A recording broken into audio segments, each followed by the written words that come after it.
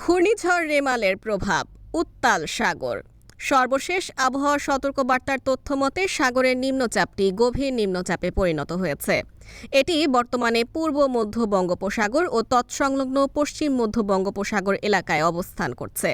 এটি আরও ঘনীভূত হয়ে আজ শনিবার ২৫ মে ঘূর্ণিঝড় রেমালে পরিণত হতে পারে।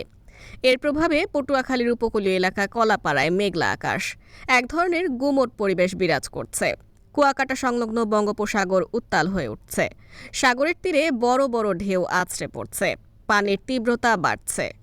টুরিস্ট পুলিশ পর্যটকদের সতর্ক করছে। এই মুহূর্তে সাগরে নামা ও গোসল করা থেকে বিরত থাকতে মাইকিং করছে। ছিটেফোঁটা বৃষ্টি পড়ছে, তবে বাতাসের তেমন কোনো চাপ নেই। উপকূলীয় এলাকার অনেক স্থানে যে কোনো সময় অস্থায়ী দমকা হাওয়া, ঝোড়ো হাওয়া ও বজ্রসহ বৃষ্টি হতে পারে বলে জানিয়েছে আবহাওয়া অফিস। এদিকে সমুদ্রে মাছ ধরার ওপর নিষেধাজ্ঞা চলমান থাকায় অধিকাংশ মাছ ধরা ট্রলার নিরাপদে রয়েছে বলে জানিয়েছে মৎস্য সংশ্লিষ্টরা।